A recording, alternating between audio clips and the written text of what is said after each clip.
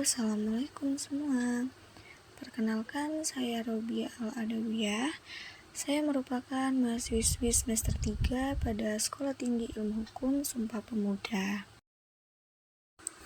Dan di sini saya akan menjelaskan tentang hukum pengangkutan pada hukum dagang, dan terdapat beberapa poin pembahasan untuk beberapa menit ke depan.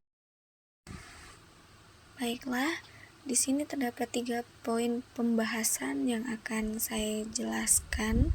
Yang pertama, pengertian hukum pengangkutan. Kedua, fungsi pengangkutan. Dan yang ketiga, jenis-jenis pengangkutan.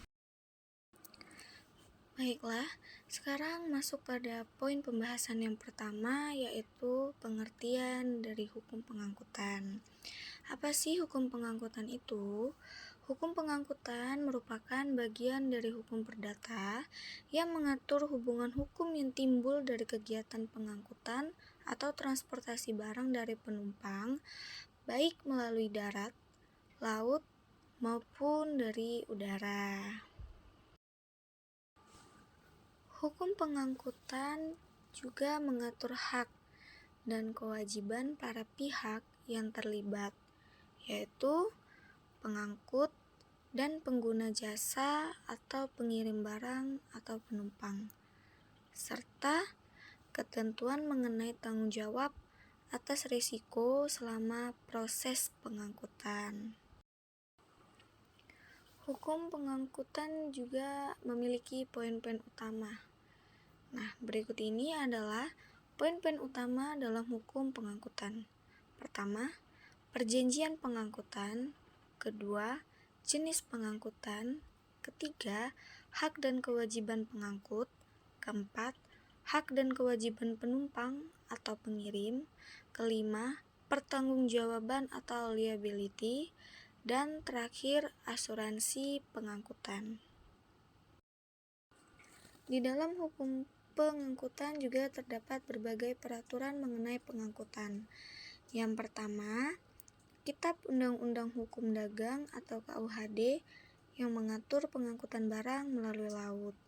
Kedua, Undang-Undang Nomor 22 Tahun 2009 tentang Lalu Lintas dan Angkutan Jalan. Ketiga, Undang-Undang Nomor 17 Tahun 2008 tentang pelayaran yang mengatur pengangkutan laut.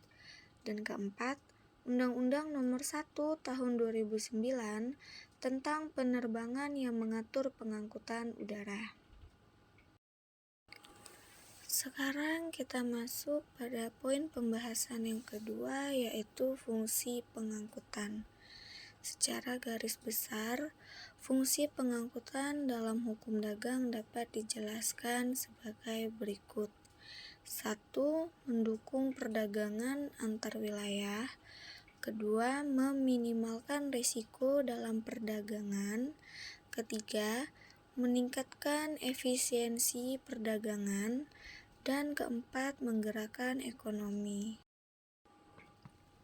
Pengangkutan juga memiliki peran penting dalam perdagangan karena beberapa hal. Yang pertama, untuk membantu usaha berjalan. Yang kedua, memastikan barang-barang dari produsen atau pabrik sampai ke tangan pedagang atau konsumen tepat waktu. Ketiga, pengangkutan laut juga berperan sebagai alat penentu harga barang. Dan sekarang masuk pada poin pembahasan yang terakhir atau yang ketiga ya, dalam hukum pengangkutan, yaitu jenis pengangkutan. Nah, jenis-jenis pengangkutan yang umum adalah pengangkutan melalui darat, pengangkutan melalui laut, dan pengangkutan melalui udara.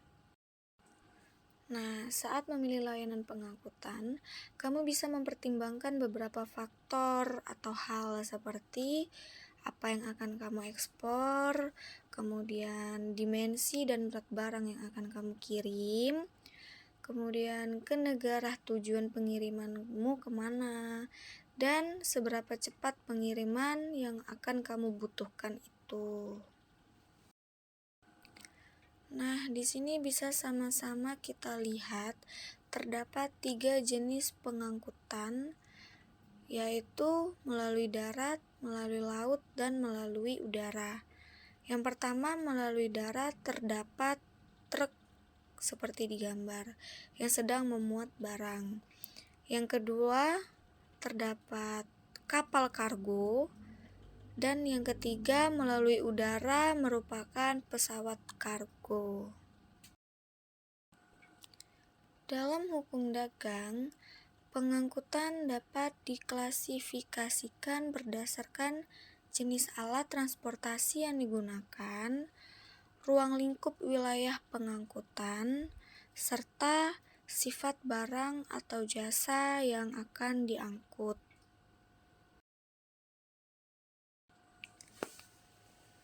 Nah, pada jenis pengangkutan berikut terdapat jenis-jenis pengangkutan dalam hukum dagang.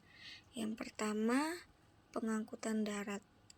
Pengangkutan darat melibatkan transportasi melalui jalan raya atau rel, kereta api.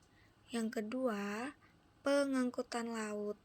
Pengangkutan laut mencakup kegiatan pengangkutan yang menggunakan kapal laut untuk memindahkan barang atau orang dari satu pelabuhan ke pelabuhan yang lainnya.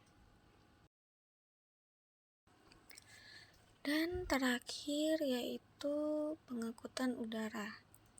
Nah, pengangkutan udara menggunakan pesawat terbang untuk mengangkut barang atau penumpang. Jenis pengangkutan ini biasanya lebih cepat dibandingkan dengan pengangkutan darat atau laut, namun biayanya lebih tinggi.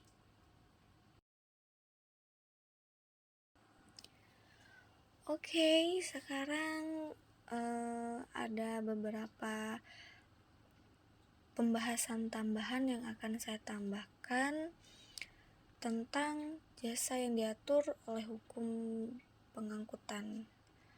Nah, di sini saya hanya mengambil beberapa saja contohnya, yaitu pertama, pengangkutan darat mencakup jasa angkutan yang menggunakan kendaraan seperti truk, bus, dan kereta api. Yang kedua, pengangkutan laut yang melibatkan kapal laut yang digunakan untuk memindahkan barang atau penumpang melalui jalur laut. Yang ketiga, pengangkutan udara. Pengangkutan ini menggunakan pesawat terbang untuk membawa barang atau penumpang seperti contoh angkatan barang udara atau air kargo. Keempat, pengangkutan rel. Jenis ini menggunakan jalur kereta api untuk memindahkan barang atau penumpang. Nah, yang terakhir merupakan jasa kurir dan logistik yang sangat-sangat perannya itu ada pada kehidupan sehari-hari.